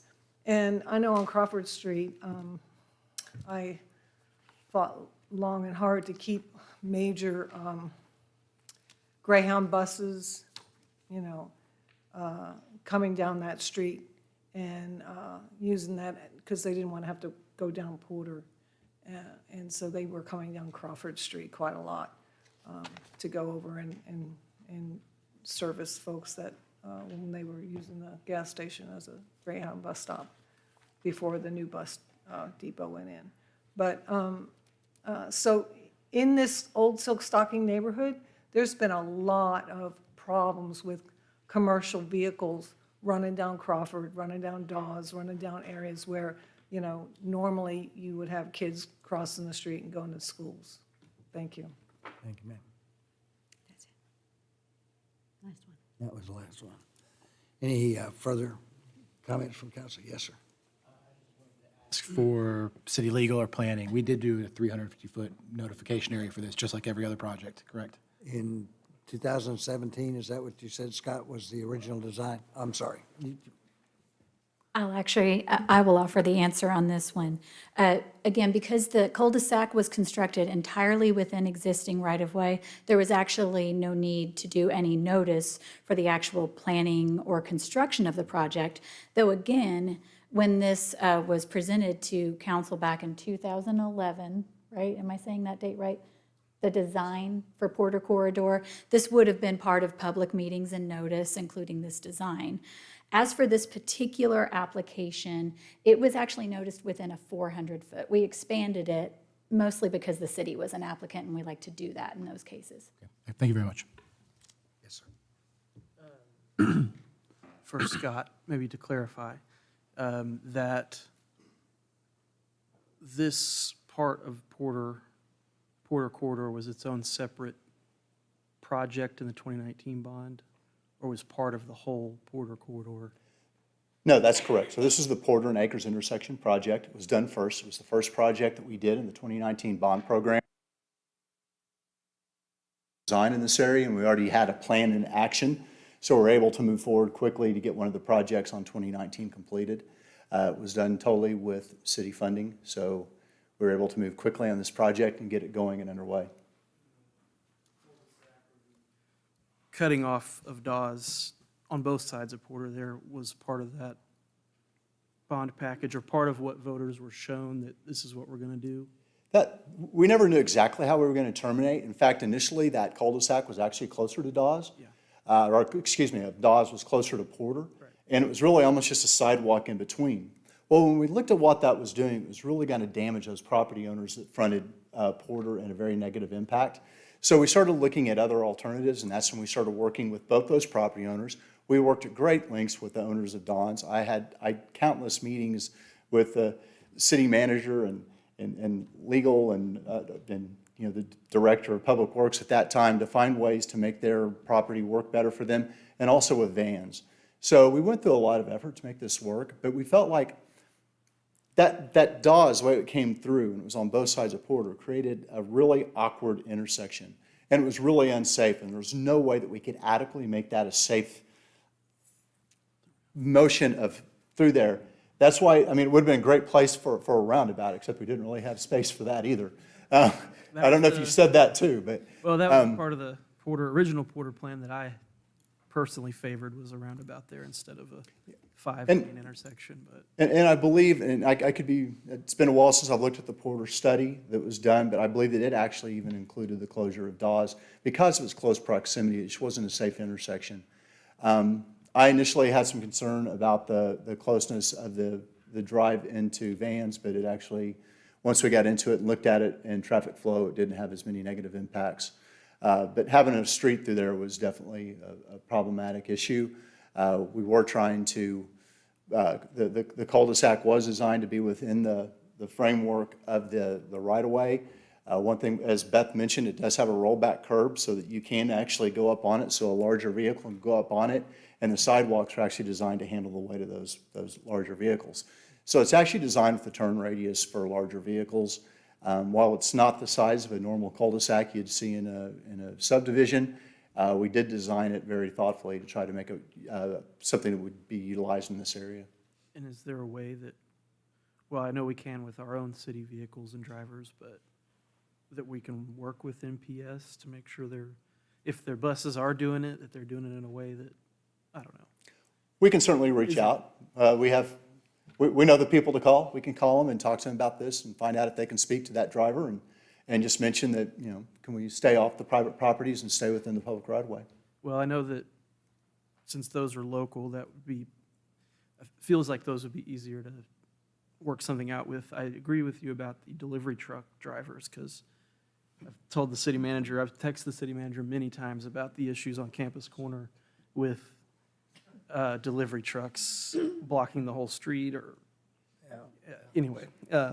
So I know that's a bit more of a challenge, but I also agree with the person that lives on the street. If semi-trucks going past your neighborhood street every day, that's an issue for sure. But I also agree with the mayor, I don't know how else they would get in and out of there. But they could have done that before.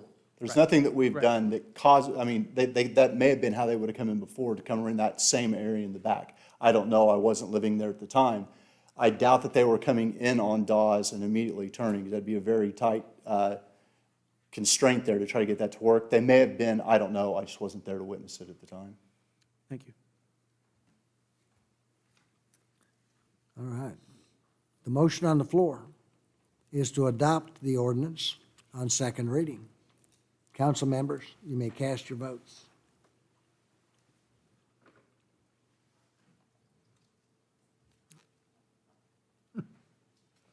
All votes have, motion to adopt the ordinance upon second reading passes unanimously. And just for the record, Councilmember Ball has left the meeting. I'll entertain a motion to adopt or reject the ordinance on final reading. Second. I have a motion and second. The motion on the floor is to adopt the ordinance on final reading. Council members, you may cast your votes.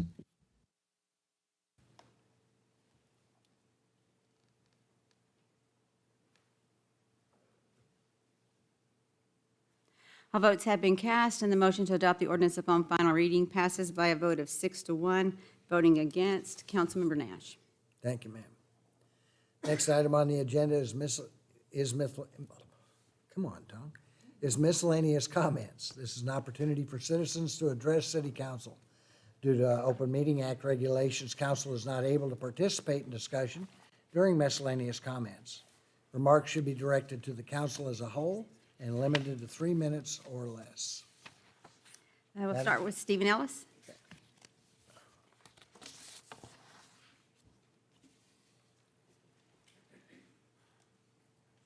Steve Ellis, Ward 4.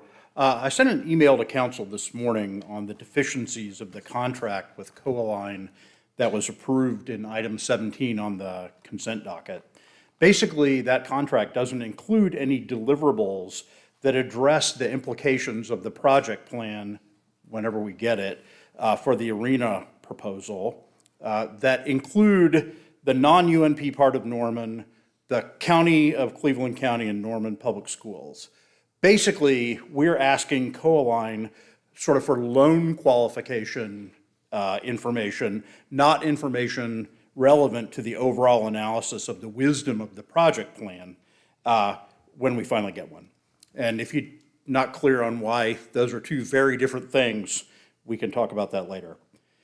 If the council doesn't get the Coalign contract right, the review committee won't legally be able to do its job, the statutory review committee. And unfortunately, it isn't right yet. The statutory review committee authorized in the Local Development Act to review and make a recommendation concerning the proposed district plan or project is required, and the wording here is shall, so it isn't permissive, to include in their recommendation the analysis used to project the effect on the taxing entities and the appropriateness of the approval of the proposed plan and project. So it's the impact on the taxing entities that I really want to focus on here. So if we don't ask Coalign to do the work, we're not asking anybody else to do the work, so the review committee won't have the information that it needs to perform its statutory duty. So I think you guys are going to have to go back to the drawing board with this and either ask Coalign or somebody else to do the relevant analysis about how any project plan that comes forward would impact the whole city of Norman and other taxing entities within town.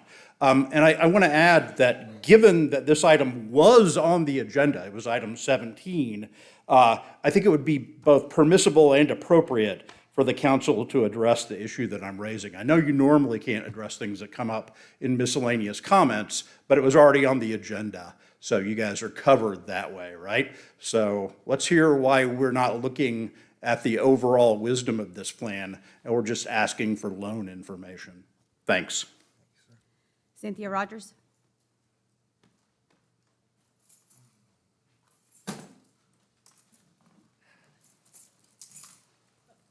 Cynthia Rogers, still Ward 4. I'm going to do a follow-up, and I promise this actually wasn't planned. I wanted to say what I wanted to say.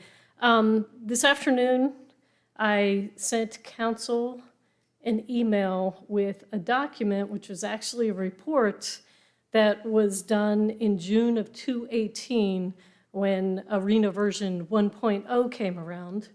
And this was a report that was done out of due diligence from the then council member.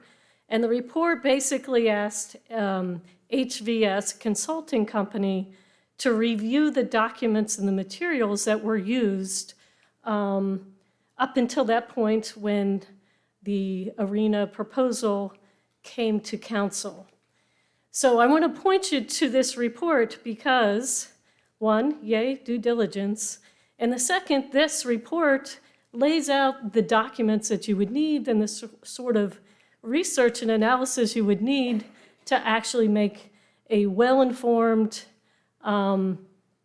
decision about a very big project. One of them is a UMP TIF incremental revenues, and I believe that's the contract you signed tonight.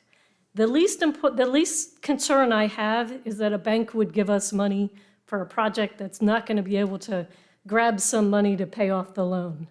I think there's lots of belts and suspenders on that aspect.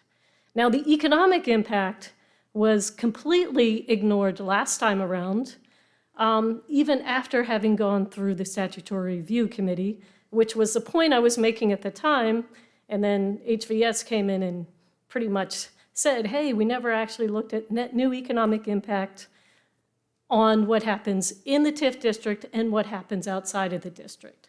And that's absolutely essential if we want to protect our city budget. And also we want to make sure we're not harming businesses outside of the TIF. And the third part is the fiscal impact. How will the TIF affect city finances? Again, incremental revenue study, a feasibility study, does not look at that issue. And the 218 at that time, I argued strenuously, nobody listened, that sales tax TIF would harm our city budget, we would run short. Hate to say that I told you so, but I did. I wasn't the only one. So the fiscal impact will look at net new, it'll look at the costs, it'll look at the diversions, and that will tell us if we're securing our general fund going into the future. So I urge you to make sure we do that, to look at the report. At the end of the report, they mapped out how to do this sort of thing. There are plenty. Thank you, ma'am. Ben Plummer?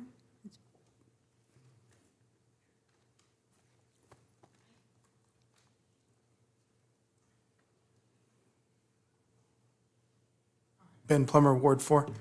I sent an email a couple of months ago, and I just like to suggest ideas. I like to come here because I have low blood pressure, and I like getting my blood pressure up.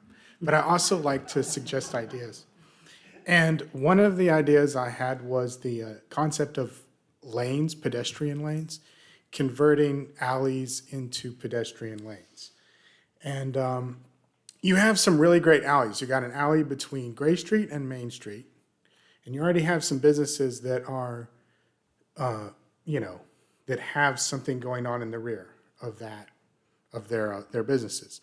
But you could create a very friendly pedestrian zone using just that one alley between those two things. And also, my other concern is smoking in bars. I would love it if only 50% of the bars allowed smoking instead of all of them. As far as I know, all of them allow smoking. I might be wrong about that. But I hate the smell of smoke when I go to a bar. And also the homeless. There's a lot of aggressive homeless people walking down Flood Street. And I can't, they throw trash on my lawn.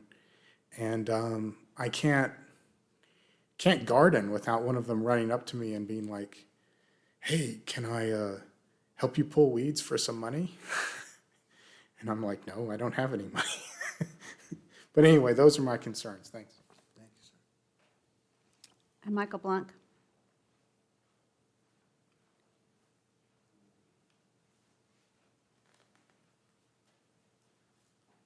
Good evening. Michael Blanc, Ward 1. Just going to pull up some notes real quick. I've got some things to cite, make sure I've got the right stuff here. Give me 2 seconds. Appreciate you. So while I'm pulling that up, tonight I wanted to quickly just speak to council on behalf of Red Dirt Collective. Something that was brought to our attention was enforcement of a city ordinance that would impact the ability for people to distribute food at a friend's house, our shelter that's right here on Gray. This is of concern to us because we know lots of people who distribute food to our unhoused neighbors and friends. And what we've been told is that they cannot receive a large amount of food, especially non-perishables. This is both problematic for us and unhelpful, right? Because as we already know, we have issues with our unhoused neighbors, needing places to be, needing access to clean and safe food. And we also have issues with our merchants downtown not liking some of the environment that comes from there being trash around. The issue of how it has been presented to us with the enforcement of this ordinance is that now we are unable to serve meals or prepare or give non-perishable food items inside of the shelter. This is an issue because what's going to happen is that's going to result in more people finding food and eating outside of the shelter, which is not safe for anyone. That's not healthy for anyone who's trying to eat, any kind of clean food outside. And also it's just kind of not humane for our neighbors here in town who need a safe space to eat. We've been told that, yes, they now are able, through some finagling there at the shelter, to allow for non-perishable food items, but that is not enough. What we need is to have our neighbors have access to prepared meals that people make, right? We have tons of Good Samaritans all the time who donate meals. We need to be able to have those served and distributed, not perishable items, right? Things that can be prepared that aren't just canned goods in the shelter. And we also need to make sure we have a refrigerator in there so we can actually keep perishable items from going bad. We already have the ability to do this. We already have coffee makers in there. This is something that needs to happen. Otherwise, we're going to have people needlessly, because of a thing we've chosen to enforce, not have access to clean and safe items. Further, just the last 10 seconds here, for future reference, some of that information on the civil codes can be found at OK Statutes. With that citation is subsection 76 through 5. Thanks, sir. Paul Wilson.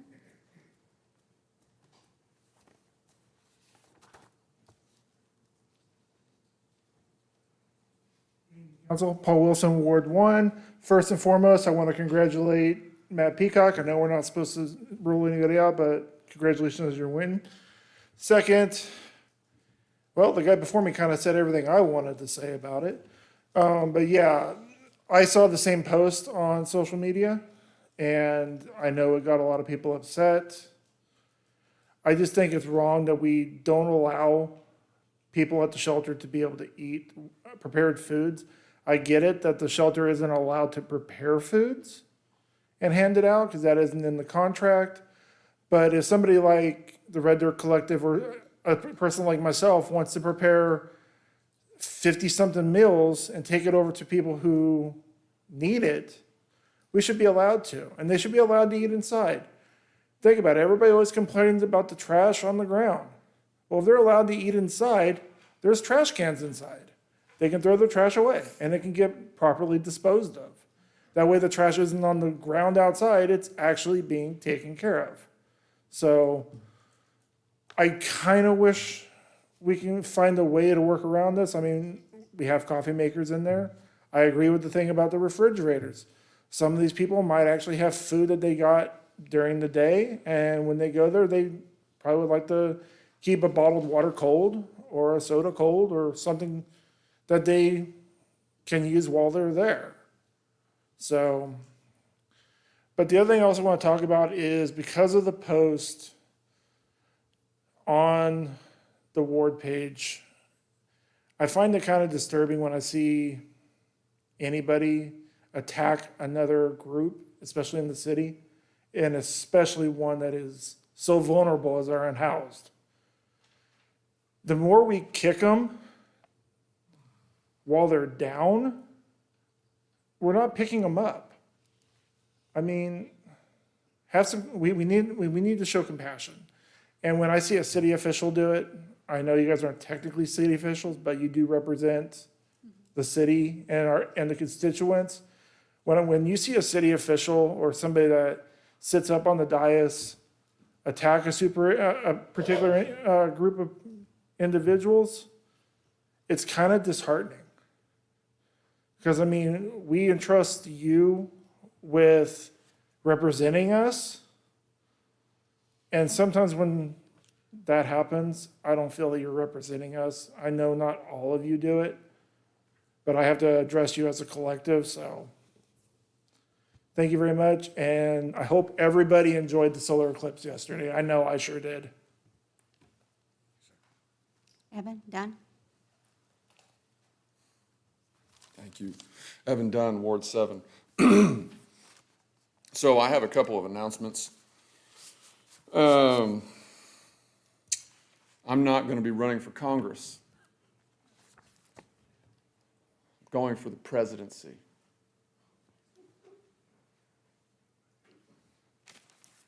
These ideas just deserve a bigger platform, and why not go big? Also, this coming Thursday at the Well at 7 p.m., everyone here is invited. I'm going to teach some classes on the power of posture and all of these ways that these incremental changes that we can all make can be enhancatory. Some clarification. Stephen, you said that the pickup day was Wednesday the 20th. I think you mean Wednesday the 17th. The spring game is April 20th. Please address council as a whole. Sorry. Okay. So this is Mihai Csikszentmihalyi's book called Finding Flow. And he writes in here that there's a good piece of advice.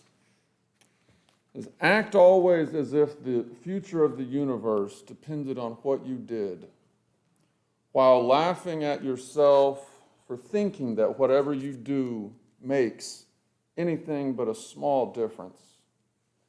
It is this serious playfulness, this combination of concern and humility that makes it possible to be both engaged and carefree at the same time.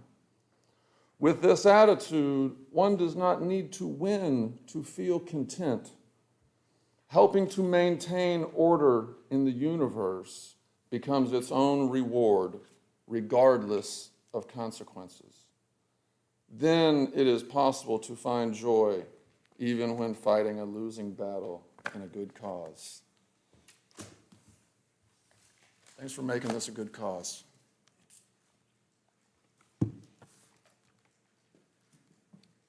Floyd left.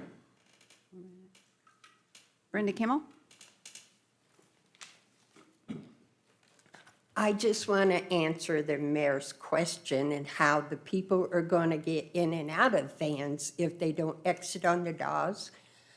The dark space after the drive-through is the other side of the alley is a parking lot that Van's Pig Stand is going to have. You can also make the alley two-way for people to exit. I just wanted to let you know there are other ways for the customers to exit. Thank you, ma'am. Thank you. Chelsea Gravel? Hello, Chelsea Gravel, Ward 4. I'll go over a couple of things. There's been a lot of whispers about the TIF. I'm neither for or against the TIF. I don't plan on going there, so I don't care. I do appreciate that OU is offering us the opportunity, since we will be out of money in 4 years, to be able to have the opportunity for jobs and housing and all the stuff that goes along with that. I also want to congratulate everyone who came out for the vote for Ward 4 and for our teachers, or for Ward 2 and our teachers. I also wanted to mention our ADUs and how we're going to be covering up some of that space that will be getting water, and we'll be using some of our green space. Just a thought. I know we're really hurting there. Let's see. With the coffee that is being offered at the overnight shelter, I'm just going to mention that I have seen the individuals that would be staying there throw coffee on one another on our streets. I have a video from April 2nd of last year of that, if anybody is interested.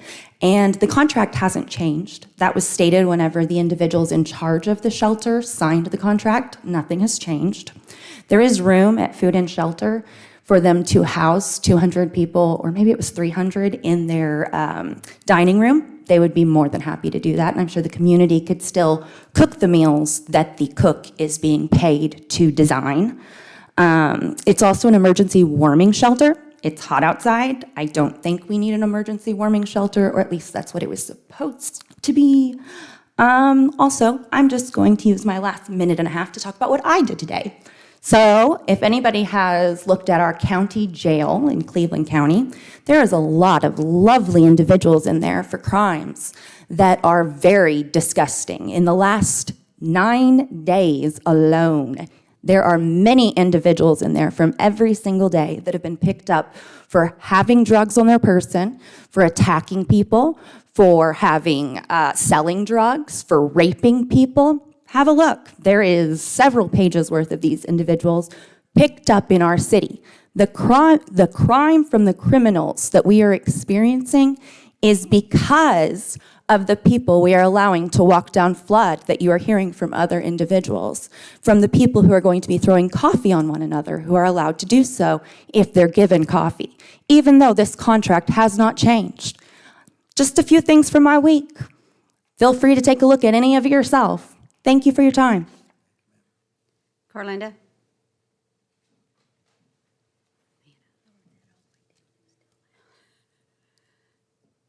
Carlinda Gravel, Ward 4, Council, Mayor. I'm just going to take this opportunity to kind of brag on you guys a minute. Haven't had a chance to do that. Been here for a really long time. Congratulations, Mr. Peacock, for your win in Ward 2. I appreciate all of you that have allowed, we have a city. I've been watching a few other council meetings, a few other places. They don't have citizens that come and speak.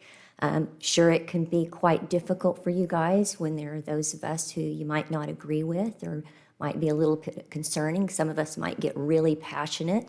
I've seen a few of you do the same, so I'm sure we're all equal. We have a lot of people that care about this city.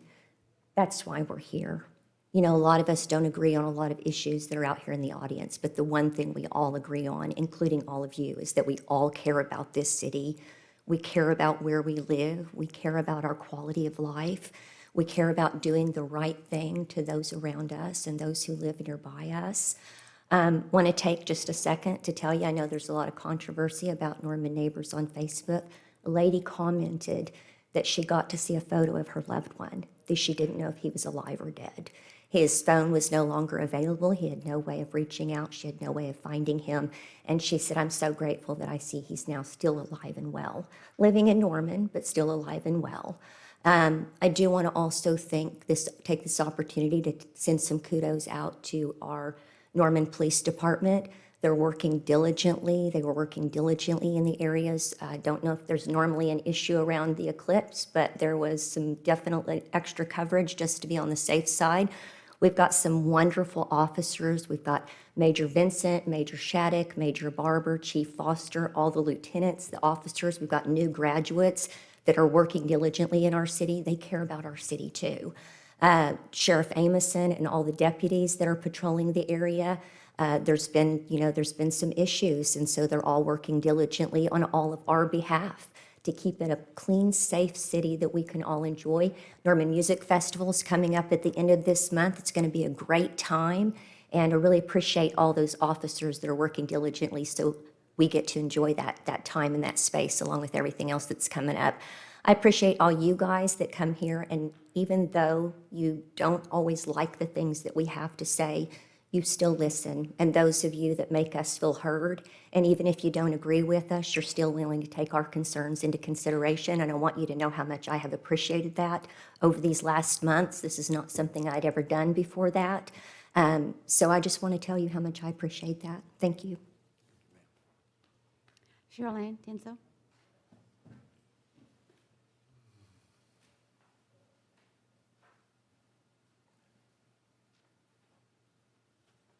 Cheryl Ann, so Wards 4 and 6.